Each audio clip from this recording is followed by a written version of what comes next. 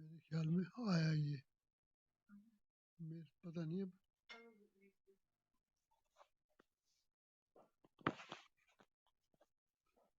Share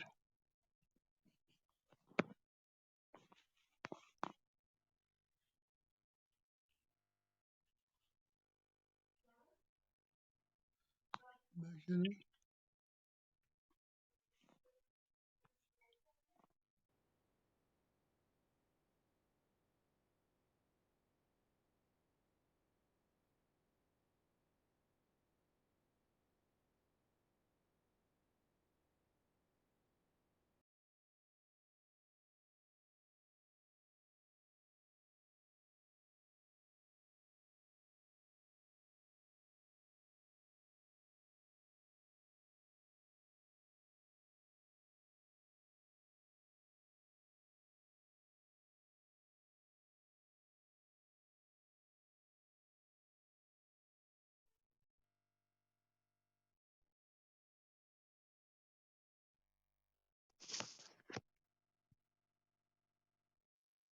السلام علیکم ورحمۃ اللہ وبرکاتہ۔ شروع کرتی ہوں اللہ کے نام سے جو نہایت رحم والا اور بہت مہربان ہے۔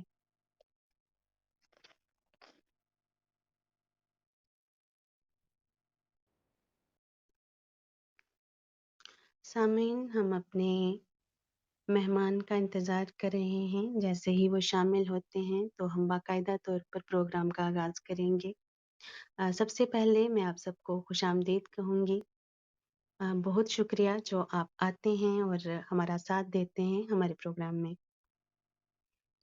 تب تک سامعین میں آپ کو بتانا چاہوں گی کہ طارق ابرار آفیشیل کلب پر جو لوگ نئے ہیں وہ ضرور اس کو فالو کر لیں تاکہ آتے ہوئے پروگرامز کے نوٹیفیکیشنز آپ سب کو دیے جا سکیں۔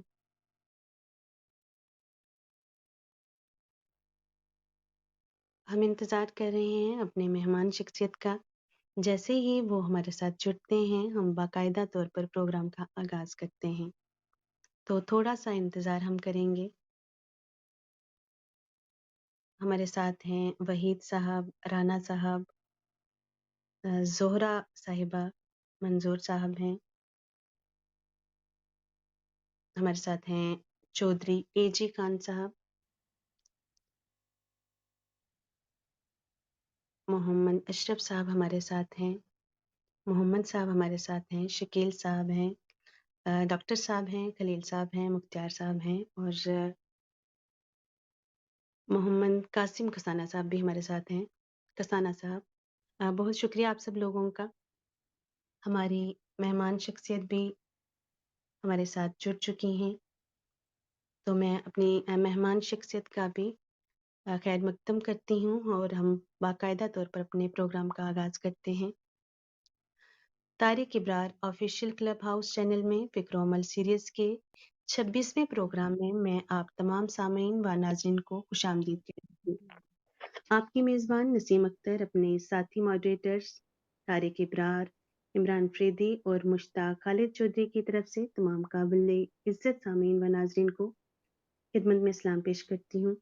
ہمارے آج کے پروگرام میں ہم نے جموں و کشمیر کے معروف اردو اور پنجابی افسانہ نگار جناب خالد حسین صاحب کو مہمان اسپیکر کے طور پر مدعو کیا ہے۔ سامعین و ناظرین کو یہ بات بتاتے ہوئے ہمیں خوشی محسوس ہو رہی ہے کہ حال ہی میں خالد حسین صاحب کو ساہتیہ اکیڈمی نئی دہلی نے پنجابی زبان میں بیسٹ پنجابی رائٹر کے ایوارڈ سے نوازا ہے۔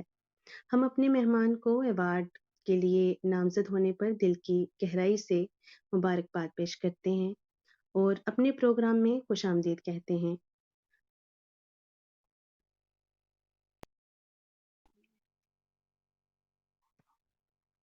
تھینک یو جی، تھینک یو، بڑی مہربانی آپ لوگوں کی۔ جی میری آواز آج آ رہی ہم ہے آپ کو؟ جی سر، آپ کی آواز آ رہی ہے۔ آج ہم خالد حسین صاحب کے ساتھ حال ہی میں منظر عام پر آئی آپ کی آٹو بایوگرافی میں زندہ آدمی ہوں کے علاوہ ان کی اردو اور پنجابی زبان میں افسانہ نگاری کے سفر کے حوالے سے بات کریں گے۔ امید ہے کہ حسب معمول آج کے پروگرام سے سامعین و ناظرین بالخصوص نئے لکھنے والے ضرور مستفید ہوں گے۔ اب میں مشتاق خالد صاحب سے گزارش کرتی ہوں کہ وہ آج کے مہمان اسپیکر کا مختصر تعارف پیش کریں۔ جی مشتاق صاحب۔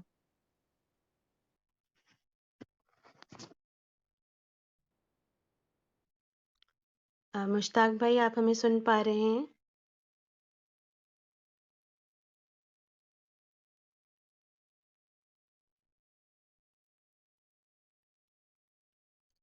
سامعین، شاید کسی تکنیکی خرابی کی وجہ سے مشتاق بھائی ہمیں نہیں سن پا رہے۔ جی مشتاق بھائی، اگر آپ ہمیں سن پا رہے ہیں تو آپ لیو کر کے پھر سے جوائن کریں ہمیں۔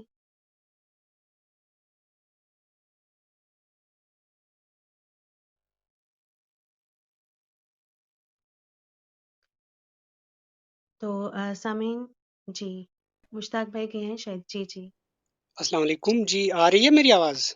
جی بالکل آ رہی ہے آپ کی آواز۔ آپ پلیز ہمیں السلام تعارف علیکم۔ سے تعارف بہت ہی کریں۔ مشکور و ممنون ہوں کہ آج طارق ابرار آفیشیل کلب کے تحت ہماری یہ 26ویں قسط فکر و عمل سلسلہ کے تحت اردو پروگرام کی یہاں منعقد ہو رہی ہے، اور آج ہمارے ساتھ نہایت ہی معزز شخصیت، اور میں یہ کہوں گا کہ ہمارے لیے یہ اعزاز ہے جموں کشمیر سے کہ خالد حسین صاحب جو ہیں وہ ساہتیہ اکیڈمی کے ایوارڈ یافتہ ہیں، اور الحمدللہ آج انہیں نامزد کیا گیا، اور ہمیں بہت ہی خوشی محسوس ہو رہی ہے کہ ان کو سن کے ہم ان کی باتوں سے مستفید ہوں گے۔ میں آپ کے درمیان زیادہ حائل نہ رہتے ہوئے خالد حسین صاحب کا مختصر تعارف پیش کروں گا۔ خالد حسین صاحب 1 اپریل 1945 میں ادھم پور میں پیدا ہوئے۔ آپ نے ایس پی ہائی اسکول سری نگر سے 1960 میں 61 میں میٹرک، اور جموں یونیورسٹی سے 1970 میں بی اے کیا، اور عثمانیہ یونیورسٹی سے پرائیویٹ طور پر جرنلزم میں ڈپلومہ کیا۔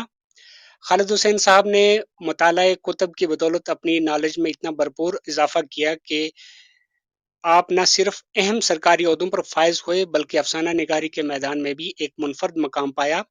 آپ اردو کے علاوہ پنجابی، ہندی، انگریزی، پہاڑی، گوجری اور کشمیری زبانیں بھی جانتے ہیں، اور الحمدللہ بڑی خوب دسترس رکھتے ہیں، جس سے یقیناً ہمیں فائدہ ملے گا۔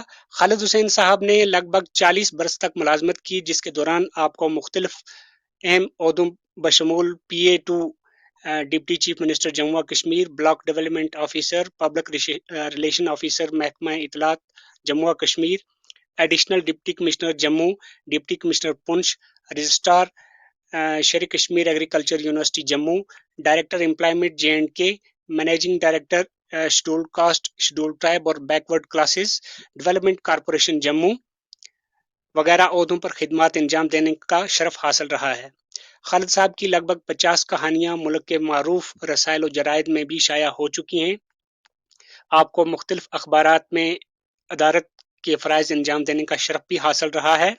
خالد حسین صاحب کے 4 اردو افسانوی مجموعے ٹھنڈی کانگڑی کا دھواں، اشتہاروں والی حویلی، ستی سر کا سورج، جنت گرہن، 5 پنجابی افسانوں کے مجموعے تیجیلم وگداریا شاہمکھی لپی میں، گوری فصل دے سوداگر گرمکھی لپی میں، ڈونگے پانی دا دکھ گرمکھی لپی میں، اور بلدی برف دا سیک شاہمکھی اور گرمکھی دونوں لپیوں میں، 16 دا سالن انتخاب گرمکھی لپی میں، عشق ملنگی شاہمکھی اور گرمکھی لپی میں، خود نوشت میں زندہ آدمی ہوں کے علاوہ بھی متعدد ان کی تصانیف جو ہیں وہ شائع ہو رہی ہیں، اور آج ہم ان کو سنیں گے اور ان سے مستفید ہوں گے۔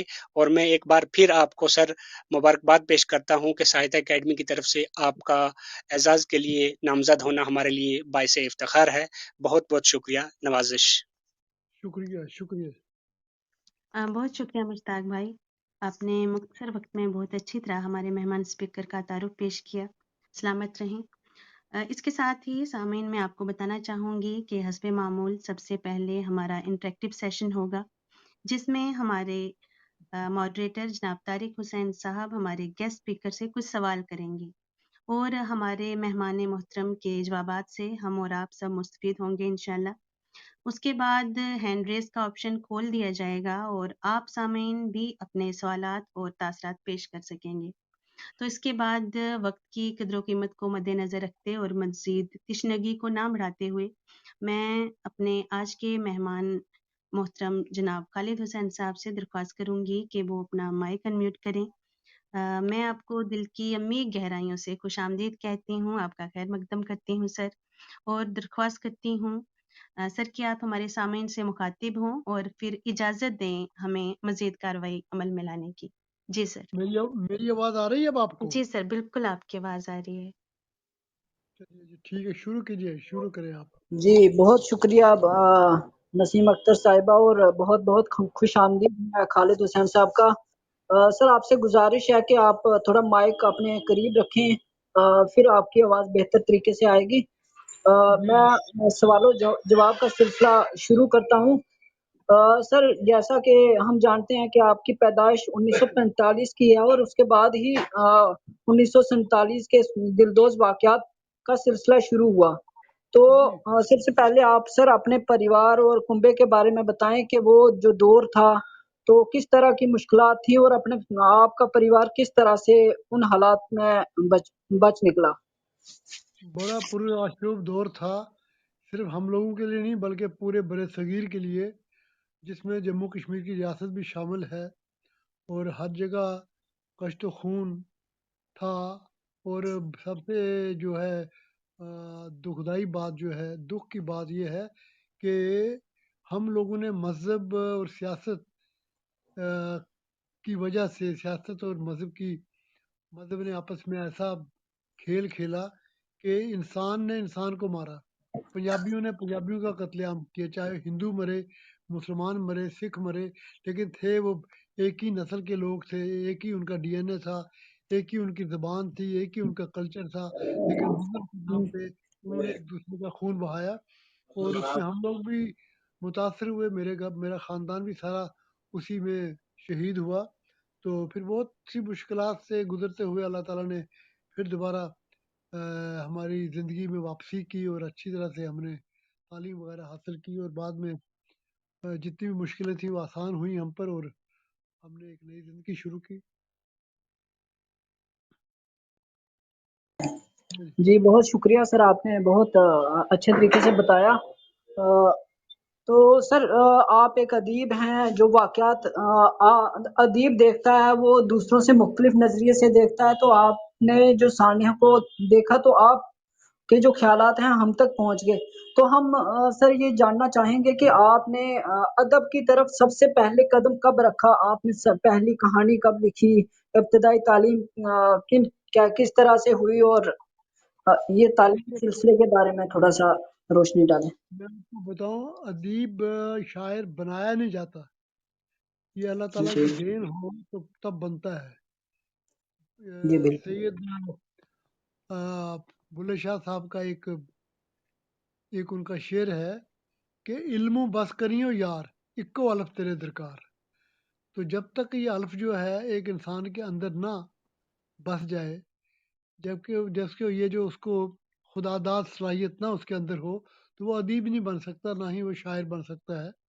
یہ اللہ تعالیٰ اسے نوازتا ہے، تبھی وہ یعنی ادب کے میدان میں اترتا ہے۔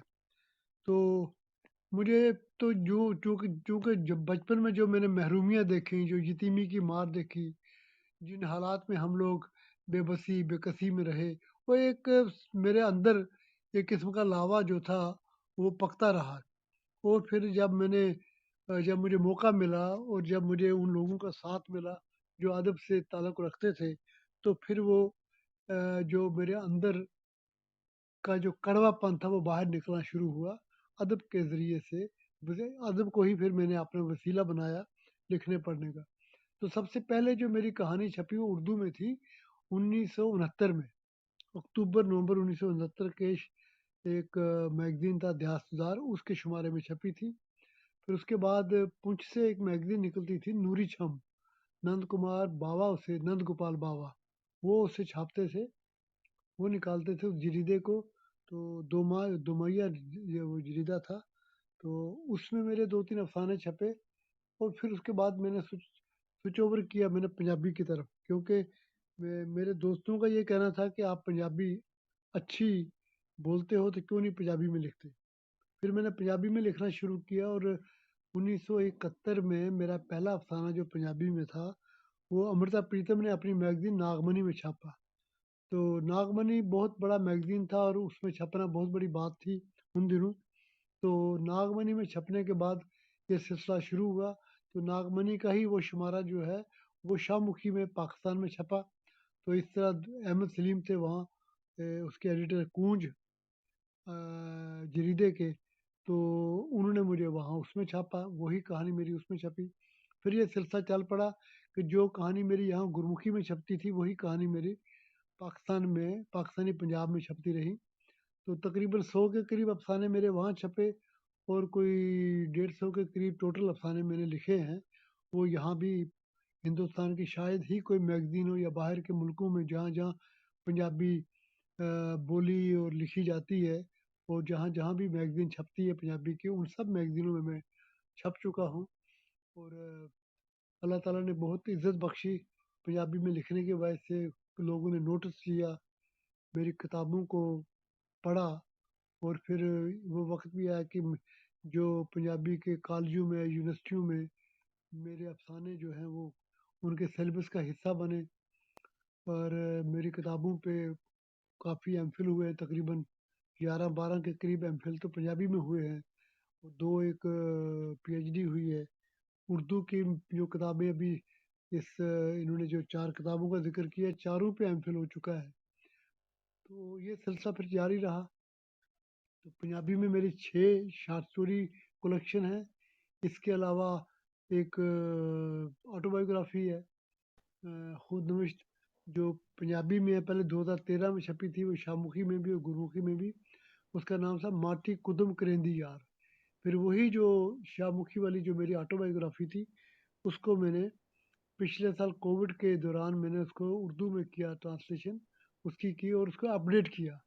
اپڈیٹ مطلب یہ ہے کہ وہ 8 سال پہلے چھپی تھی تو اس میں اس کے بعد بہت سے واقعات نئے آئے ہوئے تھے, چنانچہ وہ سارے واقعات میں نے اس میں ڈالے.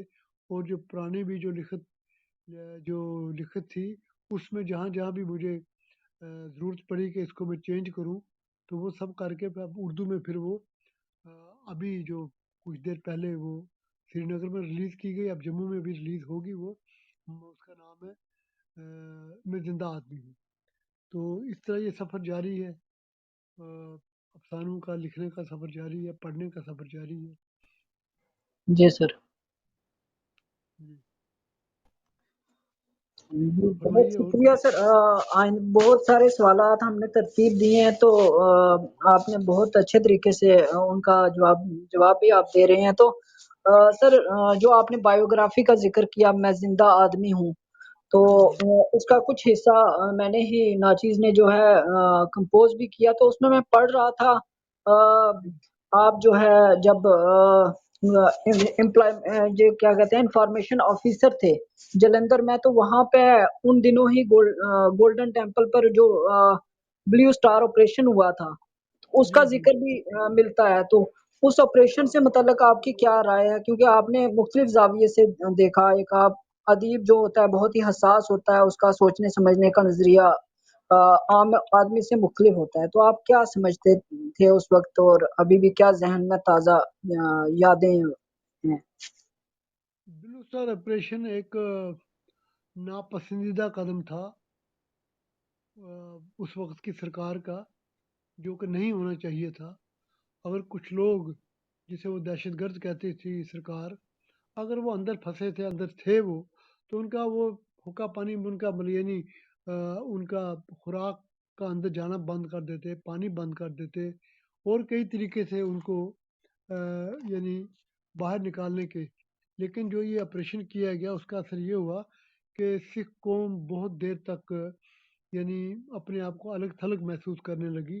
اور بعد میں جب اس کا یہ رد عمل ہوا کہ بدلہ لیا گیا, اور اس وقت کی ہماری جو پرائم منسٹر صاحبہ تھیں اندرا گاندھی جی, ان کو شہید کر دیا گیا. اور اس کا رد عمل میں یہ ہوا کہ دلی میں فسادات ہوئے, کانپور میں ہوئے, اور کئی دوسری جگہوں پہ فسادات ہوئے. صرف دلی میں ہی کوئی 3000 کے قریب ہمارا جو سکھ بھائی چارہ ہے اس کو نقصان پہنچا, ان کی جانیں گئیں, ان کا مال ان کی جائیدادیں سب تباہ ہوئیں، اسی طرح کانپور میں دوسری جگہوں میں ہوئی، اور ایک ایسا ایک سلسلہ بن گیا کہ کہیں کوئی اقلیت میں کہیں سکھ تھا کسی محلے میں تو وہ وہاں سے نکل کے سکھ میجارٹی والے محلوں میں آ گیا، اسی طرح جو ہندو کوئی دو چار گھر سکھ محلوں میں تھے وہ وہاں سے نکل کے ہندو محلوں میں آ گئے، ایک جو مطلب ایک کیا کہتے ہیں بے اعتباری اور بد اعتمادی کا جو دور چل پڑا، اور ایک نفرت جو اندر اندر سلگتی رہی،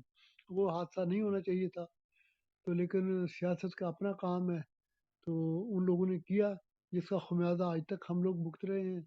تو وہاں اس وقت 13-14 دن کرفیو رہا تھا، تو میں ان دنوں وہیں تھا، جلندھر میں میری پوسٹنگ تھی، تو کرفیو کے بعد میں بھی گیا تھا دربار صاحب کو دیکھنے کے لیے۔ اکال تخت کی بری حالت تھی، اس کا یعنی گولیوں سے چھلنی ہوا تھا وہ سارا، ٹینکوں کے فائر سے اور گولیوں کے فائر سے، اور جتنے بھی لوگ اندر تھے وہ سب کے سب شہید کر دیے گئے تھے۔ تو ایک مطلب بڑا ایک ایسا ثانیہ تھا کہ جس کا اب ذکر کرنا کوئی اچھی بات نہیں ہے، وہ وقت تھا، برا وقت تھا، گزر گیا۔ تو لیکن یہ ہے کہ حکومتیں جو یہ اس قسم کے کام کرتی ہیں بعد میں تو ان کو پچھتانا پڑتا ہے، لیکن جو اس وقت وہ کر دیتی ہیں کام، تو وہ اس کا نتیجہ جو ہے پھر بعد میں بھگتنا بھی گورنمنٹ کو ہی پڑتا ہے۔ باقی جی بہت بالکل سر، آپ نے بالکل اچھے طریقے سے بتایا کہ بلیو سٹار آپریشن بالکل ناپسندیدہ عمل تھا، آپریشن تھا، تو بہت زیادہ گہرے اثرات بھی جو ہے ہندوستان پر پڑے، بالخصوص پنجاب پر، تو اس سے بہت جو ہے ہم آہنگی اور پیار محبت اور اس طرح کا جو ماحول تھا وہ متاثر ہوا۔ میں یہاں سر آپ کو ایک بات پوچھنا چاہ رہا ہوں کہ جس افسانوی مجموعے کے لیے آپ کو اس سال کا ساہتیہ اکیڈمی کی طرف سے ایوارڈ دیا گیا ہے، اس کا جو نام سولہ تھا سالن، تو اس کا مرکزی تھیم کیا تھا، اور اس میں جو دیگر افسانے تھے اس میں کیا، یہ شاید غالباً 2013 میں منظر عام پر آئی تھی، تو نہیں، یہ اس کے بارے 15 میں میں، بتائیں۔ یہ 2015 میں یہ کتاب چھپی تھی، شاید ستمبر 2015 میں، تو جی جی یہ مطلب 5 سال کے بعد انہوں نے اس کتاب کو کنسیڈر کیا۔ اس کتاب میں جو افسانے ہیں وہ مختلف یعنی معاملات پہ ہیں، مختلف جو گھٹنائیں ہیں ان پہ ہیں یہ افسانے، تو اس میں آپ کو وہ افسانے بھی ملیں گے جو 1990 کے بعد جو ریاست جموں کشمیر کے حالات بنے، ان میں سے جو لوگوں کے جو یعنی دکھ درد جو انہوں نے سہے، کچھ افسانے ان پہ ہیں، کچھ پلاٹ ان لوگوں پہ ہیں جن لوگوں نے یہ برداشت کیا، یہ سر سارا آپ جو کی آواز تھوڑی سی دھیمی آ رہی ہے، اگر اس کو پاس رکھیں قریب تو بہت زیادہ پاس بہتر۔ یار میں نے بہت پاس رکھے، تو جی کچھ اوکے۔ افسانے جو ہیں وہ 1947 کی تقسیم پہ ہیں، اس میں افسانے جب جو کہ جموں کے شہر کے بارے میں ہیں، جو کہ رستہ بستہ شہر تھا کیسے برباد ہوا، پھر کیسے وہاں سے جو بیچارے اجڑ کے میرپور اور پونچھ اور باغ اور کوٹلی وغیرہ مظفر آباد لوگ کی طرف سے جو ہندو اور سکھ بیچارے وہاں تباہ ہوئے، وہاں ان کو مارا گیا، تو وہ لوگ جو بچ کے یہاں آئے وہ پھر ان محلوں میں رہے، اور جموں میں جو قتل عام ہوا یہاں سے لوگ بھاگ کے چلے گئے سیالکوٹ اور پاکستان کے دوسرے شہروں میں چلے گئے، تو بس ان تقسیم کے درد کو، تقسیم کی جو حالات تھے یا جو تقسیم کی وجہ سے جو ہماری سوسائٹی میں جو بدحالی پھیلی، اور اس بدحالی کی وجہ سے جو سماج میں جو کیا کہتے ہیں اسے یعنی نقص ابھرتے ہیں، نقص جو سوسائٹی میں جو گھنونے قسم کے جو مسئلے پیدا ہوتے ہیں ان کی طرف میں نے ان پلاٹوں کو لیا، اس پر میں نے لکھا۔ 47 کی تقسیم کے علاوہ جو ہمارے سرحد جو ہے ہماری، یعنی جو ایل او سی ہے، ایل او سی پہ جو فائرنگ ہوتی ہے ہماری طرف سے ہوتی ہے، ان کی طرف سے ہوتی ہے، یہاں بھی ہم ہی لوگ مرتے ہیں، وہاں بھی ہم ہی لوگ مرتے ہیں، کیونکہ وہ لوگ بھی ہمارے ہیں، یہ بھی ہمارے ہیں۔ کوئی بھی مرے، چاہے وہ ہندوستان کے کسی علاقے میں مرے یا پاکستان کے کسی علاقے میں مرے، مرتا انسان ہے۔ اور جی بالکل انسان جو ہے وہ، اس کی پہچان ایک ہی جیسی ہے، اس کا خون ایک ہی جیسا ہے۔ اور ہمارے تو بالکل، ہماری تو نسل بھی ایک ہے، چاہے پاکستان کے رہنے والے لوگوں کی ہو یا ہندوستان کے رہنے والے لوگوں کی ہو۔ خاص طور پہ ناردرن انڈیا کا تو جو جتنا بھی ہے سارا علاقہ، یہ تو سمجھ لیجیے تقسیم کیا ہے۔ اصل میں نہیں سمجھتا کہ زمین تقسیم ہوئی ہے، لوگ تقسیم ہوئے۔ زمین تو وہیں کی وہیں ہے، لیکن ہم لوگ تقسیم ہو گئے، ہمارے رشتہ دار تقسیم ہو گئے، ہمارے تعلقات تقسیم ہو گئے، ہمارا بھائی چارہ تقسیم ہو گیا، ہماری زبان جو ہے وہ تقسیم ہو گئی۔ ہم یہاں رہ گئے، وہ لوگ ادھر چلے گئے۔ تو یہ جو جنگیں ہیں، یہ کوئی، اس کا کوئی فائدہ نہیں ہوتا، یہ نقصان ہی دیتی ہیں، جی جی اور بالکل سر مسئلے حل نہیں ہوتے۔ تو یہی میری کہانیوں کے، میری پلاٹ جو ہیں اکثر یہی ہے۔ اس کے علاوہ جو سماج میں جو بیماریاں پھیلتی ہیں، جو یعنی ڈرگس کی بیماری ہے، لوگ بہت بچے جو ہے ہمارے ڈرگس کی طرف جا رہے ہیں۔ اسی طرح جو بیرا روی ایک اور یعنی مسئلہ ہے ہمارا، اس پہ میں نے لکھا۔ اچھا، عورت کی عزت پہ، عورت کو کیسے یعنی اس کو کمزور نہ سمجھا جائے، بلکہ وہ ایک مضبوط ایک رشتہ ہے ایک عورت کا مرد کے ساتھ، چاہے وہ بیٹا ہو، باپ ہو، بھائی ہو۔ یہ مختلف جو رشتے ہیں، یہ اس میں عورت کا ایک بہت بڑا حصہ ہے۔ تو اس کو برابری کی سطح پہ لایا جائے، اس کو بھی جینے کا پورا حق ہے، اور وہ بھی اپنے پاؤں پہ کھڑی ہو سکتی ہے، وہ بھی سماج میں اپنا رول انجام دے۔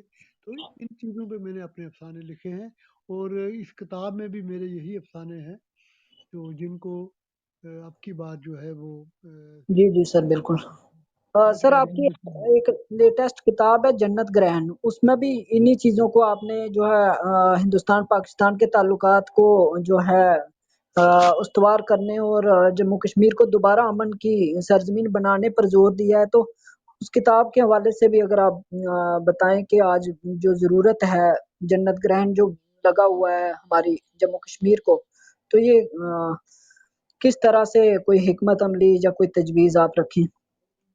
اصل میں بات یہ ہے یار، کہ جو میرے افسانے آپ کو اردو میں مل رہے ہیں نا، جی جی جنت گرہن کتاب ہے یا ستی سر کا سورج ہے، یہ جو کہانی ہے، میں نے یہ بنیادی طور پہ میں نے پہلے پنجابی میں لکھی ہے، تو پھر پنجابی سے میں نے ہی خود ان کا ترجمہ کیا اردو میں، اور یہ اردو میں بھی ہے اور پنجابی میں بھی ہے۔ تو مقصد یہی ہے کہ امن سے ہم لوگ رہیں، نفرت کو ہم لوگ جتنی جلدی ہو سکے بھلا دیں، نفرت سے نفرت کی جائے، اور محبت کو گلے لگایا جائے۔ دیکھیے، جی جی اس نفرت نے ہی ہم کو 1947 کا جو شورش ہوئی، جو ہم قتل و غارت ہوئی، وہ اسی نفرت کا، اور خاص طور پہ مذہب اور سیاست جب ایک ساتھ مل جائیں، تو ان کا کام ہی جو ہے وہ یہی ہے کہ یعنی جھوٹ اور مکر اور فریب کی دنیا ہے، یہ جو سیاست ہے آج کے، خاص طور پر آج کے وقت میں، اس میں جب مذہبی لوگ شامل ہو جاتے ہیں تو بنیاد پرستی بڑھتی ہے، بنیاد جی پرستی جی سے پھر بالکل ایک جنون پیدا ہو جاتا ہے، اور الٹیمیٹلی یہ جنون جو ہے، اس کا انجام جو ہے بہت برا ہوتا ہے، جیسے 47 میں ہوا، جیسے اب جو کچھ ہم دیکھ رہے ہیں، جیسے حالات ہم اس وقت جن سے اب گزر رہے ہیں۔ تو میں نے اپنے افسانوں میں محبت کی بات کی ہے، آپس میں جوڑنے کی بات کی ہے۔ میری نظر میں ہندو کوئی نہیں ہے، مسلمان کوئی نہیں ہے، سکھ کوئی نہیں ہے، میری نظر میں سب انسان ہیں، اور میں یہ چاہتا ہوں کہ سب لوگ جو ہیں محبت اور پیار سے رہیں، اور ایک دوسرے کے ساتھ ان کا جو ہے سوشل جو ان کا فیبرک ہے وہ بڑا مضبوط رہنا چاہیے۔ تو انہی موضوعات کو لے کے میں نے افسانے، چاہے وہ جنت گرہن میں ہے، چاہے وہ ستی سر کے سورج کی کتاب میں ہے، یا اشتہاروں والی حویلی میں ہے، یہ سب افسانے جو ہیں، ان کا مین تھیم تقریباً سب کا یہی ہے۔ پلاٹ الگ الگ ہیں، حالات الگ الگ ہیں، جیسے ایک میری کہانی پہ وہ فلم بھی بنی تھی لکیر، جی جی وہ بھی آپ نے اس کی دیکھی ہوگی۔ تو وہ بھی یعنی کیسے بچھڑتے ہیں لوگ، 47 کی جو لکیر بنی، سرحد کی ایک بن گئی، لکیر ایک بن گئی، اس نے کتنے گھر اجاڑ دیے، ہمارے ہمارے ہزاروں لوگ جو ہیں وہ بوڑھے بیچارے اپنے گھر کو دیکھنے کے لیے، وہاں جانے کے لیے، ایک بار اپنی مٹی کو چومنے کے لیے مر گئے، لیکن جا نہیں پائے۔ اسی طرح جب میں پاکستان گیا تو وہاں کئی بزرگ لوگ جو جموں دیکھنا چاہتے تھے، جموں میں آنا چاہتے تھے، میرے ایک دوست نے کہا کہ جب آپ دوبارہ آئیں تو جموں سے مٹی لائیں، میرا باپ جو ہے مر گیا ہے، وہ جموں جموں کرتا مر گیا، میں اس کی قبر پہ جموں کی مٹی ڈالنا چاہتا ہوں۔ تو میں وہ مٹی لے گیا اور وہ مٹی اس نے اپنے باپ کی قبر پہ ڈالی۔ تو مطلب جو ہمارے سیاستدان ہیں ان کو ایسا ایسے حالات پیدا کرنے چاہیے جس میں ہم لوگ ایک دوسرے کے گلے لگ سکیں، ایک دوسرے کو پیار کریں، ایک دوسرے کے ساتھ رہیں۔ عوام کا کوئی مسئلہ نہیں ہے، سیاست اپنے مسئلے خود حل کرے، لیکن یہ ہے کہ عوام کو آنے جانے دیا جائے، عوام کو ملنے دیا جائے، کاروبار کیا جائے۔ سب سے پہلے اپنے کاروبار کی طرف دھیان دیں، ملنے کی طرف دھیان دیں، پھر بعد میں کوئی جو مسئلے مسائل ہیں ان کو حل کرتے رہیں، لیکن کم از کم لوگوں کو تو آنے جانے دیں، بارڈر کھولیں۔ تو یہی جو میرے افسانوں کے پلاٹ ہیں، تو میرے کردار جو ہیں یہی باتیں کرتے ہیں۔ جی سر، سر میرے خیال میں آپ جموں کشمیر سے واحد جو ہیں مسلم پنجابی افسانہ نگار ہیں جو اسکرپٹ گرمکھی اور شاہ مکھی دونوں اسکرپٹس کو جانتے ہیں۔ بہت کم، میری نظر میں تو ابھی تک آپ ہی ہیں۔ تو ہندی یا پنجابی افسانہ نگاری کی طرف بہت کم جو ہے کہہ لیں کہ کچھ ہمارا جو مسلم سماج ہے وہ اس طرف نہیں جا پایا ہے۔ تو اس جی کی جی کیا وجوہات ہیں؟ تو یہ صورتحال کیوں تبدیل نہیں ہو رہی ہے؟ تو زبانوں کا سیکھنا، مطلب ایک سے زیادہ اسکرپٹ کو سیکھنا کتنا ضروری ہے؟ دیکھیے جی، زبانیں جتنی بھی انسان سیکھ پائے سیکھنی چاہیے۔ زبان جو ہے اس سے آپ کو نالج آپ کی بڑھتی ہے، علم میں اضافہ ہوتا ہے۔ دوسری زبانوں کے لٹریچر کو پڑھنے سے علم میں اضافہ ہوتا ہے۔ آپ انگریزی ادب پڑھتے ہیں، خاص طور پہ جو افسانہ لکھنا چاہتے ہیں، جو ان کو چاہیے کہ وہ ہنری کو پڑھیں، مفاسا کو پڑھیں، منٹو کو پڑھیں، راجندر سنگھ بیدی کو پڑھیں، سمرسٹ مام کو پڑھیں، رسول حمزہ توپ کو پڑھیں۔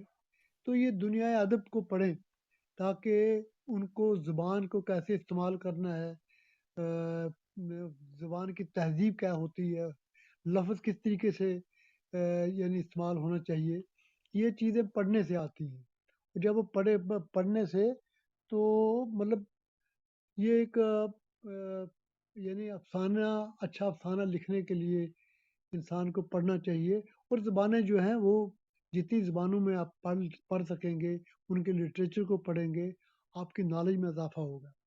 فارسی میں فارسی میں بہت اچھا لکھا جا رہا ہے، جیسے کہ ہم نے تو ترجمہ میں ہی پڑھے، یعنی گلستان بوستان میں نے شیخ سعدی کی جب پڑھی تب میں شاید 20-22 سال کا تھا جب میں نے وہ پڑھی۔ اس میں جو حقائقیں ہیں، اس میں جو شعر ہیں، وہ حقائقیں آج تک ہماری ضرب المثل ہیں، آج تک ہم ان لوگوں کو استعمال کرتے ہیں، ہمارے سماج کا حصہ ہے، ہماری بول چال کا حصہ ہے وہ۔ تو حالانکہ وہ فارسی میں لکھی گئی ہیں، ہمارے جتنے کہ فارسی کے قصے جو ہیں وہ ہمارے پنجابی میں باقاعدہ منتقل ہوئے ہیں۔ ہاں جی، جیسے یہ سیف الملوک کا قصہ ہے، جیسے یوسف زلیخا کا قصہ ہے، جیسے کئی اور قصے ہیں۔ یہ سب کے سب جو ہیں یہ پہلے پرشین میں لکھے گئے، فارسی میں لکھے گئے، پھر یہ ترجمہ ان کا جو ہے پھر یہاں ہمارے لوگوں نے ان کو پنجابی میں ڈھالا۔ تو کہنے کا مطلب ہے جتنی بھی زبانیں سیکھی جائیں وہ سیکھنی چاہیے، جس کو شوق ہو وہ سیکھنی چاہیے۔ جہاں تک یہ ہے کہ بھئی جموں کشمیر میں ہی ایک واحد کیوں ہوں، انعام کی بات نہیں ہے کہ بھئی میں مسلمان کر کے مجھے انعام ملا۔ اگر مجھے مسلمان کر کے انعام دیا گیا ہے تو میں اس انعام کو سمجھتا ہوں کہ میرے ساتھ زیادتی ہوئی ہے، کیونکہ میں نے جو لکھا ہے، میری جو میرا جو انتخاب ہے، میرے لٹریچر پہ جو میں نے تخلیق کیا ہے ادب، اس پہ دیا جائے انعام کسی کو بھی، جی جی کسی بھی، صرف مجھے نہیں کسی کو بھی۔ تو اگر آپ مسلمان اور ہندو اور سکھ کے زاویے سے اگر آپ انعام دینا شروع کریں گے تو پھر کیا رہ گیا باقی؟ جی جی مجھے بالکل جو سر، یہ انعام دیا ہے میرا وہ پنجابی کے طور پہ دیا گیا ہے اور میں اس کے لیے مشکور ہوں۔ رہ گیا کہ جموں کشمیر میں نے ہی لکھنا شروع کیا پنجابی میں، دوسرے کسی نے نہیں لکھا، جو لکھنا بھی چاہتے تھے، کیونکہ وہ گرمکھی اسکرپٹ نہیں جانتے تھے، لہٰذا وہ کوئی گجری میں چلے گئے اور کچھ پہاڑی میں چلے گئے۔ پہاڑی بھی جو بیسیکلی پٹواری زبان کا ایک بہت بڑا جو ایک علاقہ ہے، اسی کی ایک ذیلی شکل ہے جو ہمارے ہاں پونچھ رجوری، کرنا، ٹیٹوال وغیرہ علاقے میں بولی جاتی ہے، یا رجوری میں بولی جاتی ہے، سندر بنی تک جو یہ علاقہ ہے سارا، یہ اسی کی قسمیں جو بولی جاتی ہیں۔ تو یہ بھی جو لکھتے ہیں یہ شاہ مکھی میں لکھتے ہیں، ان کا جو جی اسکرپٹ ہے سارا ہی کیونکہ اور زبان میں کوئی خاص فرق نہیں ہے، تو لہٰذا یہ ہے کہ کچھ لوگ ادھر چلے گئے، پہاڑی کی طرف چلے گئے، تو کچھ لوگ جو ہیں وہ گجری کی طرف چلے گئے، یہ مسلمان لوگ چلے گئے سارے، تو باقی جو اس میں سمجھ لیجیے سردار جو باقی رہ گئے تو پنجابی ان کے ساتھ جوڑ دی گئی، حالانکہ ایسی بات نہیں ہے، پنجابی بولنے والے دنیا میں 14-15 کروڑ لوگ ہیں، جس جی میں جی پورا پاکستان کا جو خطہ ہے پنجاب کا پورا کے پورا خطہ ڈیرہ اسماعیل خان تک، پشاور تک، یہ سارا جو خطہ ہے، اور جس میں پاکستانی ایڈمنسٹریشن کشمیر کا حصہ ہے، یہ سب کا سب پنجابی بولنے والا علاقہ ہے، پٹواری بولنے والا علاقہ ہے، تو لہٰذا یہ ہے کہ اور یہاں جو ہے ہمارے بھی تقریباً 3 کروڑ لوگ جو ہیں وہ پنجابی بولتے ہیں، تو جی لہٰذا جی یہ ہے کہ پنجابی دونوں جگہ بولی جاتی ہے، سیکھنا چاہیے، اگر آپ لوگ پنجابی میں کہو گے آپ کا دائرہ وسیع ہوگا، دیکھیے جو یعنی گوجری ہے اس کا دائرہ بڑا محدود ہے، یعنی جموں کشمیر تک ہی ہے، اس سے باہر نہیں ہے، ڈوگری کا بھی دائرہ محدود ہے، کشمیری کا بھی دائرہ بہت محدود ہے، پہاڑی کا بھی محدود ہے، جبکہ پنجابی ایک بہت لمبا چوڑا اس کا جو ہے میدان ہی، اس کا جو کھیتر یعنی اس جی کا جی جو، سر تو لہٰذا یہ سر ہے کہ جی بہت جی بہت بڑا اس کا علاقہ ہے پنجابی بولنے والوں کا، تو جی اس کو پنجابی ادب جو ہے وہ سب سے زیادہ پڑھا جاتا ہے، سب جی سے زیادہ لکھا جاتا ہے، اس کی اخباریں دیکھیے، ایک ایک اخبار کی جو سرکولیشن ہے ڈیلی لاکھ لاکھ 1.25 لاکھ 1.5 لاکھ ایک ایک اخبار کی سرکولیشن ڈیلی روزانہ کی ہے، میگزین 200-250 نکلتی ہیں، کم از کم 700-800 کتابیں جو ہیں ہر سال چھپتی ہیں، تو یہ کیونکہ پڑھنے والے ہیں تبھی لوگ لکھتے ہیں،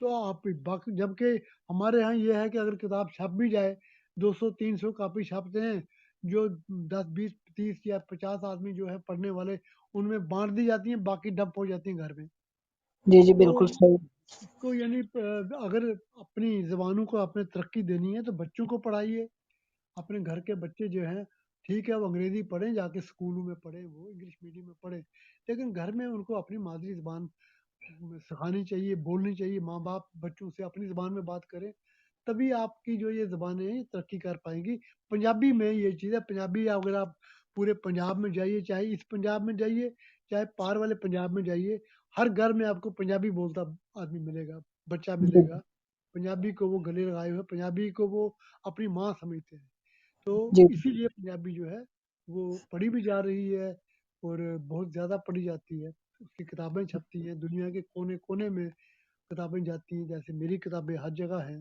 آپ کو جی جی لنڈن میں ملے گی، امریکہ میں بھی ملے گی، آپ کو کینیڈا میں ملے گی، کیونکہ میرے پبلشر جو ہیں وہ یہ سب کتابیں بیچتے ہیں، دنیا کے کونے کونے میں بیچتے ہیں۔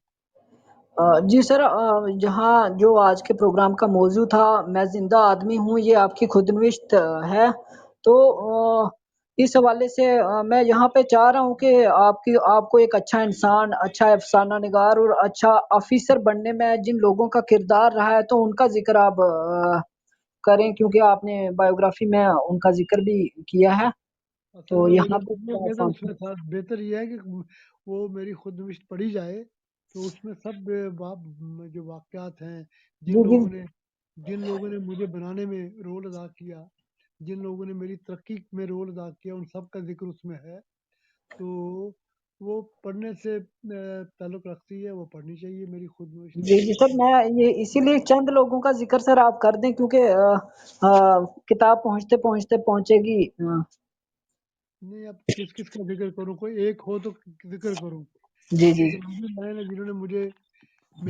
مجھے میں یوں سمجھ لو کہ میں ایک پتھر تھا جسے ان لوگوں نے تراشا اور اسے ایک یعنی موتی بنایا یا جو بھی کہہ لیجیے، ہاں جی، تو پتھر کو تراشا ان لوگوں نے، اور آج میں جانا پہچانا جاتا ہوں پورے پنجابی اور اردو کے ادبی حلقوں میں، تو یہ میں سمجھتا ہوں ان لوگوں کا ہے، اور ان لوگوں کی وجہ سے میں نے ایک چھوٹی سی نوکری کلرک سے میں اٹھا اور پھر میجر ہیڈ آف ڈپارٹمنٹ میں ریٹائر ہوا، اس میں کیونکہ میں تو یتیم بچہ تھا، میرا تو کوئی بھی نہیں تھا، کوئی سہارا نہیں تھا، کوئی پیچھے کوئی سفارش نہیں تھی تگڑی، تو یہی لوگ جو تھے جن میں کچھ نام ہے، شیخ غلام رسول صاحب کا نام ہے، وہ میں سمجھتا ہوں ان کو اپنا گاڈ فادر سمجھتا ہوں، انہوں نے جی مجھے جی ہر وقت انہوں نے ساتھ دیا، مجھے یعنی مجھے جو گیزٹڈ افسر بننے سے لے کے میری اچھی سے اچھی پوسٹنگ انہوں نے اپنے وقت میں کی. اس کے بعد کچھ لوگ تھے جنہوں نے میری ایک بہن جو میری ساتھ میری کولیگ تھی محترمہ تنویر جہاں صاحبہ، وہ بھی میجر ایٹ ڈپارٹمنٹ کمشنر سیکرٹری ریٹائر ہوئی، ان کا بڑا رول تھا. اس طرح کئی لوگوں کا ہے، بہت بہت لوگوں میں. میرے دوست ہیں تاج محی الدین صاحب، ہاں جی جی، جی بچپن کے دوست ہیں، 2 بار منسٹری بھی رہے. ان کا بڑا ہاتھ ہے پوری میرے، یعنی میرے بچپن کے دوست ہیں. بچپن سے لے کے آج تک انہوں نے مجھے کبھی یہ انفرادی کمپلیکس میں نہیں مبتلا ہونے دیا، بلکہ وہ میرے ساتھ برابر کا سلوک کرتے رہے اور آج تک میرے دوست ہیں وہ. تو یہ ہے کہ یہ ان لوگوں کے ساتھ، اچھے لوگوں کے ساتھ میرا واسطہ رہا اور اچھے لوگوں نے مجھے میرا ساتھ دیا. میرے دکھ سکھ کے وقت میں یہ لوگ کام آئے اور یہی وجہ جی ہے جی کہ میں مطلب لکھ پایا، یا میں یعنی اپنی گرہستی کو بھی اچھی طرح سے میں نے پالا، اپنی گرہستی کو بھی نبھایا، میں نے بچوں کو پڑھایا لکھایا. تو یہ میرے ان دوستوں کا ہی کمال تھا کہ جنہوں نے مجھے، یعنی یہ سمجھ لیا کہ مٹی کے ڈھیر پہ پڑا تھا اور مجھے انہوں نے آسمان پہ فرش سے عرش تک پہنچایا ان لوگوں نے مجھے. جی جی بالکل سر، آپ ریکگنائز کرتے ہیں ان لوگوں کو، بہت اچھا لگتا ہے اور کرنا بھی چاہیے. تو جب بھی آپ کی سر میں نے جو کہانیاں پڑھی ہیں تو ان کو بار بار پڑھنے کا دل کرتا ہے. عشق ملنگی ہو گئی، یا جو آپ نے پاکستان میں جا کے قبر پہ مٹی جو ہے جموں کی مٹی پیش کی، وہ ایک بہن کا قصہ ہے جو وہاں سیالکوٹ کی ہوتی ہے تو جموں میں شادی ہوئی ہوتی ہے، اس طرح سے پھر وہ واپس جاتی ہے. تو بہت پڑھنے کے لائق چیزیں ہیں سر کی. اصل تو میں طارق جتنے بھی میں نے افسانے لکھے ہیں نا، یا جی تو جی وہ میں نے خود اپنی آنکھوں سے وہ واقعات دیکھے ہیں، یا میں ان کا ایک حصہ رہا ہوں.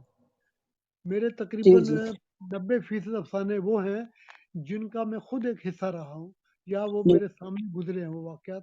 انہی کو میں نے اپنے افسانے کا روپ دیا، اور وہی واقعات جو میں نے اپنی زبان میں، جس میں محاورہ دار زبان، شاعری کا عنصر، علامتیں، ہاں جی، ضرب المثلیں استعمال کی، جس کی وجہ سے میری زبان میں خوبصورتی آئی. اور مجھے لوگ جو ہے اپنی زبان کی وجہ سے بھی جانتے ہیں کہ بھائی جی جی جو بالکل سر. لینگویج ہے کسی دوسرے کے پاس نہیں ہے. یہ ان لوگوں کا بڑا پن ہے. میرے جو کرٹک ہیں، میرے جو نقاد ہیں، انہوں نے جی بہت جی اچھا لکھا میرے بارے میں. تو یہ سب لوگ ہیں جنہوں نے مجھے بنانے میں بڑا رول ہے ان لوگوں کا. جی سر، سر ایک سوال ہے. آٹو بایوگرافی لکھ کر آپ نے جو اپنی زندگی اور اپنے عہد کو جو ہے صفحہ کرتاس پر سمیٹ دیا ہے، تو آپ بتائیں کہ ایک آٹو بایوگرافی ایک عہد کو جاننے کے لیے، ایک شخصیت کو جاننے کے لیے کیا اہمیت رکھتی ہے؟ اب جو ہے کچھ بہت لوگ لکھ رہے ہیں، اس طرف بھی آ رہے ہیں جموں کشمیر سے، تو آپ نے بھی لکھی ہے، بہت مبارکباد ہے آپ کو. تو اس حوالے سے کہ کیا بہت اہمیت ہے رہتی کہ ہے بایوگرافی؟ اسی آٹو بایوگرافی کی اہمیت ہوگی جس میں سچ لکھا جائے گا. جی بالکل. اصل میں ہوتا یہ ہے کہ کوئی بھی شخص جو لکھتا ہے نا، اپنے منفی پہلو نہیں لکھتا، جی ان سے گریز کرتا ہے. وہ کہتا ہے کہ نہیں، جو میرے اچھے پہلو ہیں وہی لکھوں میں، جو مجھ سے غلطیاں ہوئی ہیں یا جو میں نے کوئی غلط کام کیے ہیں، جو میں نے کوئی گناہ کیے ہیں، ان کی طرف وہ اشارتاً بھی نہیں کہتا. تو وہ میں نہیں سمجھتا کہ ایسی آٹو بایوگرافی کا کوئی مقصد ہے. اگر آپ نے میں ہی کرنا ہے تو پھر کیا فائدہ ہوگا. سر آپ جیسے نے جب آپ نے جی جب میں کمپوز کر رہا تھا کلرک سے لے کے کلیکٹر تک کی زندگی، تو مجھے بہت چیزوں کا احساس ہوا. اپنے بڑی بے باکی سے اپنے ساتھ واقعات اور جو حقائق ہیں وہ بے باکی سے لکھی ہیں. بہت مطلب پڑھنے کے لائق ہے آپ کی بایوگرافی. دیکھیے جی، ہاں میں نے سچ لکھا، ہر چیز میں نے سچ لکھی ہے. اور میں یہاں کا حصہ رہا ہوں، ایڈمنسٹریشن کا حصہ رہا ہوں. میں جموں کشمیر کی تاریخ کا حصہ رہا ہوں، یہاں کی سیاست کا حصہ رہا ہوں. یعنی میں ایک یوں کہہ لو کہ چلتی پھرتی میں ایک ابھی تک ایک ہسٹری ہوں میں جموں کشمیر کی. جو کچھ 1947 سے لے کے آج تک جو کچھ واقعات ہوئے جموں کشمیر کی سیاست میں، لوگ اس کے یہاں، وہ سب میری آنکھوں کے سامنے ہوئے اور وہی میں نے لکھے بھی ہیں. سر میں چاہ رہا ہوں سیکریٹریٹ کے حوالے سے جو آپ نے ایک افسانہ لکھا تھا جس پہ آپ پر جو ہے سسپینشن کا بھی معاملہ ہوا اور وہ بعد میں کورٹ میں بھی معاملہ چلا، تو وہ ذکر کریں کہ کیا واقعہ تھا، ہمارے سامعین بھی یار کچھ وہ نہ کچھ. نہیں وہ افسانہ ایک لکھا تھا جو شاید اس وقت کے لوگوں کو پسند نہیں آیا، جو حاکم لوگ تھے تو انہوں نے جی ختم کر دیا، تو پھر وہ میں نے کورٹ میں چلا گیا، تو یعنی جو ایک کمیشن بیٹھا، کمیشن میں میرا کیس گیا، وہاں سے میں پھر بری ہوا، تو جی جی اس تو سے اس کا یہ سر ہوا کہ آپ نے جو نکات تھے کمیٹی میں جنہوں نے ریویو کیا اس افسانے کو جس میں حقیقی کردار آپ نے لکھ دیے تھے، تو ان افسانہ جو مجھے نام نہیں یاد آ رہا ہے، ہندوستان سے بڑی شخصیات آئی تھی دو. وہ ایک تو خواجہ احمد عباس صاحب تھے، ایک بلراج ثانی سے، جنہوں نے لکھ کے دیا تھا کہ یہ افسانہ جو ہے یہ ایک افسانہ ہے، یہ آرٹیکل نہیں، کیونکہ آرٹیکل لکھنے کے لیے اجازت لینی پڑتی ہے، جبکہ افسانہ لکھنے کے لیے اجازت کی ضرورت نہیں ہوتی۔ پھر اس کے علاوہ محمد یوسف ٹینگ تھے، اختر محی الدین تھے، علی محمد لون تھے، ان سب نے لکھ کے دیا تھا کہ جی یہ جو ہے یہ ایک افسانہ ہے اور اس میں کوئی بھی فاحش لینگویج استعمال نہیں کی گئی ہے، تو اسی بنا پہ جو سیشن جج صاحب تھے انکوائری آفیسر، انہوں نے پھر مجھے بری کر دیا تھا۔ یہ بری کرنے جی کا سر. میرے کو کیا، یہ آپ میری آٹوبایوگرافی میں پڑھ لیجئے گا یہ چیزیں۔ جی سر میں تجسس پیدا کر رہا ہوں سامعین میں کہ وہ چاہ رہے ہیں کہ کس طرح کے واقعات ہیں، تو اشارتاً تھوڑا تھوڑا سا میں کہہ رہا تھا. تو ایک جی سر سوال ہے، اس کے بعد ہم چند ایک آڈینس کو بھی یہاں پہ مدعو کریں گے، وہ بھی اگر براہ راست سر سے سوال کرنا چاہے تو کر سکتے ہیں. ہم نے ہینڈ ریز کا آپشن کھول دیا ہے، وہ اپنا ہینڈ ریز کر کے اپنی بات سر سے پوچھ سکتے ہیں. ٹھیک۔ رمن شرما صاحب ہیں، یونس رائے صاحب ہیں. سر ایک آخری سوال میری طرف سے ہوگا کہ تحریر کے ذریعے معاشرے میں پازیٹیو چینج، مثبت تبدیلی لانے کے لیے کوشش ہوتی ہے ہر ایک ادیب کی، اور جو ہمارا پروگرام ہے یہ فکر و عمل کے نام سے ہر ہفتے میں ایک بار چلتا ہے، اور ہم کسی اچھے سے اچھے انتخاب کر کے اچھے جو ہے سوسائٹی میں یہاں جموں کشمیر سے کہ مختلف کونوں سے لگ بھگ ہر ضلع سے لوگ ہمارے سامنے جڑتے ہیں. ہم اچھا پیغام دینا چاہتے ہیں، تو ہمارے پروگرام کے حوالے سے کہ کس طرح کا آپ کو لگ رہا ہے، تو آئندہ بھی اس طرح کے پروگراموں کی کیا اہمیت ہے آپ کی نظر میں، اس حوالے سے اگر آپ بات مختصر رکھیں. بات یہ ہے بھائی کہ میں کیا کہوں بھائی، یہ جو ہم لکھتے ہیں اس کا کیا اثر ہوتا ہے یہ تو میں کہہ نہیں سکتا، کیونکہ سماج میں تو کوئی زیادہ تبدیلی آتی نہیں ہے ہمارے لکھنے سے بھی، ہے نہیں۔ اگر ایک دانشور جہاں پیدا ہوگا، اچھی سوچ کا جو ایک شخص پیدا ہوگا، اس کے مقابلے میں آپ کو 10,000 آدمی ایسے پیدا ہوں گے جو کم علم ہوں گے، یا جن کا جو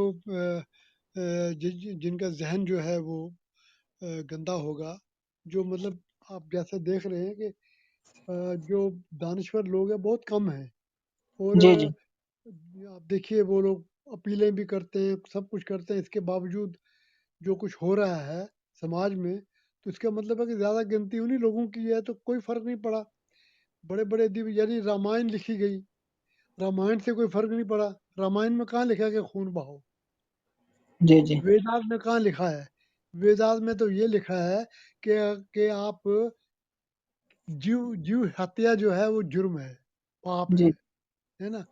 چیونٹی پہ بھی پاؤں نہیں رکھنا چاہیے، جی یہ جی ہمارے دھرم گرنتھوں میں لکھا ہے۔ قرآن میں یہ لکھا ہے کہ کسی ناحق کو مارنا جو ہے وہ وہ انسانیت کا قتل ہے۔ قرآن میں لکھا ہے کہ اگر آپ کا ہمسایہ جو ہے وہ اگر بھوکا ہے تو آپ کے لیے بھی وہ روٹی کھانا جائز نہیں ہے، جب تک کہ آپ کو اس کو روٹی نہ کھلاؤ۔ کتنے جی لوگ ہیں جی قرآن پہ عمل کرنے والے؟ کتنے لوگ ہیں جو کہ گیتا پہ عمل کرتے ہیں؟ کتنے لوگ ہیں جو کہ گرو گرنتھ صاحب کی تعلیم پہ عمل کرتے ہیں؟ ہم سب لوگ جی جو ہیں، ہم نے یہ چیزیں جو ہے نا یہ بڑے سنبھال کے کیا کہتے ہیں غلافوں میں رکھ کے اوپر رکھی ہیں، اپنے اس میں تاخچوں پہ رکھی ہوئی ہیں، جی تو بالکل. لیکن یہ ہے کہ ان کا کوئی مطلب جی جی ان کا بالکل کوئی سر اثر آپ. نہیں ہوتا۔ میں سمجھتا ہوں کہ میری نظر میں ان کا کوئی اثر نہیں ہے۔ بہرحال کوشش کرنی چاہیے۔ ہاں یہ ضرور ہے کہ جو ہم آج لکھتے ہیں، کل کا جی آنے والا جو ریڈر ہوگا وہ اس کو پڑھ کے آج کے بارے میں، آج کے وقت کے بارے میں اس کو پتہ چلے گا کہ اس وقت کیسے لوگ تھے، کیا حالات تھے، ہاں جی۔ جی جی سچائی سے وہ لکھے گا، تو وہ ایک جیسے غالب کے خطوط ہیں، جب ہم جی غالب کے خطوط آج پڑھتے ہیں تو ہم کو پتہ چلتا ہے کہ غدر کے وقت میں کیا کیا ہوا. ہاں جی، 1857 جی کا جو غدر ہوا، کیسے لوگ مرے، کیا کیا ان کے ساتھ بیتا، کیا ہوا. ہاں جی، تو وہ ہمیں اس دور کی یاد دلاتا ہے، وہ ہم پڑھتے ہیں تو پتہ چلتا ہے. 47 کے بارے میں، 47 میں کیا کیا ہوا، وہ جو اس وقت کی کہانیاں ہیں، چاہے وہ امرتا پریتم نے لکھی، چاہے وہ کیا نام ہے اس کا عبداللہ حسین نے لکھی، شوکت صدیقی نے لکھی. ہاں جی، یا کرشن چندر کے افسانے ہیں، منٹو کے افسانے ہیں. ہاں جی، ٹوبا ٹیک سنگھ ہے، بو ہے، یہ جو ہے کیا کیا کہتے ہیں اسے، کھول دو. اس قسم کے جو افسانے ہیں، یہ پڑھ کے ہمیں پتہ چلتا ہے کہ ہم، یا احمد ندیم قاسمی کے افسانے ہیں، راجندر سنگھ بیدی کی لاجونتی ہے، اس کا احمد عباس کی سردار جی کہانی ہے. ہاں جی، تو اسی طرح تمس، جو ایک پہلے ایک ناولٹ لکھا گیا، بعد میں اس کا فلم بھی اس نے بنائی. کیا کیا کہتے ہیں ثانی، برا ثانی کے بھائی نے. تو جی جی یہ جو ہیں، یہ چیزیں ہمیں اپنے اس وقت کی، جو اس وقت کا جو حالات تھے ان کے بارے میں ہمیں یہ بتاتے ہیں. جو آج ہم لکھ رہے ہیں، کل کے آنے والے جو ہمارے پڑھنے والے ہوں گے، ان کو پتہ چلے گا کہ بھائی 2020 میں کیا لکھا جا رہا تھا، وہاں کے اس وقت کے حالات کیا تھے، یا اس سے پہلے کے حالات کیا تھے. تو جی جی یہ ہے کہ لکھنا چاہیے، مایوس نہیں ہونا چاہیے. لیکن آپ سمجھو گے کہ بہت بڑی کوئی تبدیلی آتی ہے، تو مجھے تو ایسا کوئی دکھتا نہیں کوئی ہمارے لکھنے سے کوئی بہت بڑی تبدیلی آئی ہے. ابھی تک تو آئی نہیں، آگے کا پتہ نہیں. جی سر، یہ سر ایک تو ہمارے سامعین کی سامعین میں سے 3-4 جو ہے معزز سامعین ہمارے اسپیکر پینل میں ہیں. یونس راہی صاحب ہیں، منظور الحق کلائیوی صاحب ہیں، رمن شرما صاحب ہیں، عباس صاحب ہیں. وہ اپنے تاثرات آج کے پروگرام کے حوالے سے اور اپنے جو ہے کوئی سوال اگر ان کا ہے تو وہ رکھنا چاہتے ہیں. تو میں سب سے پہلے منظور الحق کلائیوی صاحب سے گزارش کرتا ہوں کہ وہ اپنی بات رکھیں. السلام علیکم ورحمۃ اللہ وبرکاتہ. آداب. سر آپ کی آواز تھوڑی دھیمی آ رہی ہے، اگر آپ تھوڑا سا. نہیں جی ٹھیک آ رہی میری آواز ٹھیک آ رہی ہے؟ ٹھیک آ رہی ہے. جی میں سب کو آداب اور سلام کے بعد یہ گزارش کرنا چاہوں گا کہ آج ہماری یہ خوش قسمتی ہے کہ اس سال کے ہمارے ساہتیہ اکیڈمی ایوارڈ کے ونر جناب خالد حسین صاحب، جن پہ جتنا بھی ناز کیا جائے جموں کشمیر کے سبھی لوگوں کی طرف سے، اور خاص کر حلقہ ادب کے ساتھ جڑے ہوئے جتنے بھی لوگوں کی طرف سے فخر کیا جائے اتنا کم ہے. ان کو ہم سب جموں کشمیر کے جو ادیب لوگ اس محفل مجلس کے اندر موجود ہیں، اور اس کے علاوہ بھی یہ زبانوں کی خدمت کے حوالے سے جتنے بھی لوگ جڑے ہوئے ہیں، تو ان سب کی طرف سے بہت بہت مبارکباد ہے جناب آپ کو. اور دوسری بات یہ کہ جو آپ نے کہانیوں کے حوالے سے تذکرہ فرمایا، یا کہیں ہمیں بھی چلتے پھرتے کچھ پڑھنے کے لیے کچھ ملا، اس میں آپ نے جو ایک دکھتی رگ پہ ہماری جو اکثر آبادی، خاص کر بارڈر علاقے کے رہنے والے راجوری، پونچھ، اڑی یا جموں کے جو کٹھوا کے لوگ تھے، ان کی دکھتی رگ پہ ہاتھ رکھا ہے، اور جو صحیح معنوں میں ان کے جذبات کی عکاس ہے. میں اپنا ایک واقعہ اس حوالے سے سنانا چاہوں گا کہ 1947 میں جب دونوں ملکوں کے درمیان میں یہ بٹوارا ہوا، تو اس میں میرے خاندان کے بھی اکثر افراد جو ہے وہ اس لائن کے اس پار جا بسے، اور میرے والد محترم یہاں اکیلے رہ گئے. تو نقصان تو جیسے آپ نے ایک بار پہلے تذکرہ بھی کیا ہے کہ دونوں سائڈ سے سب لوگوں کو اٹھانا پڑا، یہاں پہ بھی بہت نقصان ہوا اور وہاں پہ بھی، اور ایسی چیزیں ہوئی جو نہیں ہونی چاہیے تھی. البتہ یہ ہماری بدقسمتی تھی اس وقت بھی، اور ہمیں چاہیے کہ ان چیزوں سے سبق حاصل کر آئندہ ہم ایسی چیزیں جو ہیں وہ دوبارہ رونما نہ ہوں، اس طرف سوچیں اور ہمارے ذہن پازیٹیو اسپیکٹ کو لے کر جو ہے وہ آگے ڈیولپ ہوں. میرے والد کے چچا محترم، میرے دادا جی وہاں پہ حیات تھے، تقریباً 100 سال کی عمر میں، کچھ سال پہلے 2-3 سال پہلے ان کی موت ہوئی. تو میں ان کی دل لگی جب آنے جانے کا سلسلہ شروع ہوا، تو اپنے وطن کے ساتھ ان کی محبت اس طریقے سے کہ اپنے وطن، ہمارے گھر کے سامنے ایک سنترا نما ایک پیڑ تھا، اسی سنترے کی قبیل سے، جس کو میٹھا کہا کرتے تھے. وہ میری موجودگی میں بھی میں نے دیکھا ہے. وہاں انہوں نے اس کا تذکرہ کیا، پتھروں پہاڑوں کا، اور یہاں تک کہ وہاں سے جو ہمارے رشتے دار آئے، کہا کہ اس مٹھے کے پتر اتار کے میرے لیے لے کے آنا، میں ان کی خوشبو سونگھ کے اپنے وطن کی مہک کو محسوس کروں گا۔ اور جو جب یہ ہمارا پونچھ سے جو بارڈر ہے کھلا، میرے کزن وہاں سے یہاں پہ آئے بارڈر کے، وہ صحافت کی لائن سے منسلک تھے، انہوں نے جو ہی اس لائن آف کنٹرول کے اس سائڈ پہ قدم رکھا، صحافی تھے، اور آ کے سجدہ ریز ہو گئے اور کہا کہ میں اپنے وطن کی پاک مٹی کو سلام کر رہا ہوں، میں وطن کی پاک مٹی کو سجدہ کر رہا ہوں۔ اس طرح کے جذباتی انداز جب میں اپنے رشتہ داروں کے اس حوالے سے دیکھتا ہوں، سنتا ہوں، اور وہ سارے کے سارے پلاٹ جو میں خالد حسین صاحب کی کہانیوں کے اندر جب پاتا ہوں تو مجھے رشک ہوتا ہے کہ الحمدللہ ہمارے اس طرح کے اعلیٰ پایا کے جو ہیں وہ پنجابی زبان کے بھی اور اردو کے بھی ایک مصنف موجود ہیں۔ تو دوسرا، میں ایک مختصر سا میں ان کا قائل ہوں، الحمدللہ کسی بھی اعتبار سے سیلف میڈ آدمی ہیں، اور جیسے انہوں نے اپنی زندگی کا تذکرہ کیا ہے کہ انہوں نے بڑی مصیبتیں بھی دیکھی ہیں اور پھر جا کے بڑی آسائشیں بھی پائی ہیں۔ یہ اللہ نے ان کے مقدر میں جو لکھا تھا وہ انہوں نے پایا، لیکن ہم سب کے لیے ایک مشعل راہ ہے۔ ہمیں ان سب چیزوں کو مد نظر رکھتے ہوئے یہ کہنا چاہیے کہ جو ہے وہ انسان کی محنت کو اللہ کبھی بھی رائیگاں نہیں کرتا ہے۔ میں ان کی ایک بات سے 100% جو ہے وہ اتفاق رکھتا ہوں کہ کوئی بھی قلم کار ہے، اس کو ہم مذہب کی قید سے، مذہب کے حصار سے اوپر اٹھ کے دیکھیں تو میرے خیال میں یہ بہت اچھی بات ہوگی۔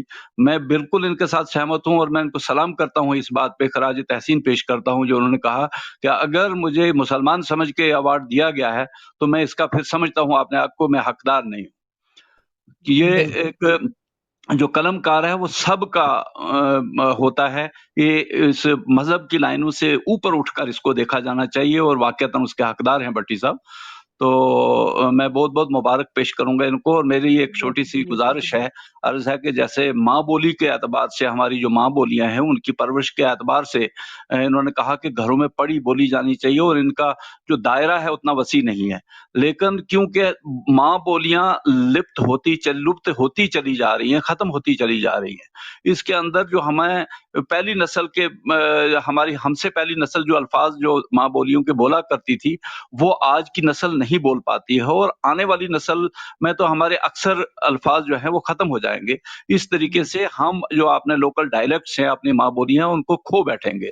لہٰذا میرا یہ مشورہ ہے کہ لوگوں کو اس جانب بھی اپنی قلم اٹھانی چاہیے، اپنی ماں بولی کی خدمت کے لیے بھی اس کو لوگوں کو جو ہے وہ خدمت کا سلسلہ قلمی اعتبار سے شاعرانہ وہ پوئٹری لکھیں یا پروز لکھیں، اس میں دونوں میں جو ہے ان کو قلم آزماتے رہنا چاہیے، اور ہر ایک چیز صرف مشہوری کے لیے نہیں ہوتی ہے، بلکہ کچھ ایک چیزیں اس طرح کی بھی ہوتی ہیں کہ جو ہمیں اپنے ماں بولی کی پروٹیکشن کے لیے بھی وہ کام کرنا چاہیے۔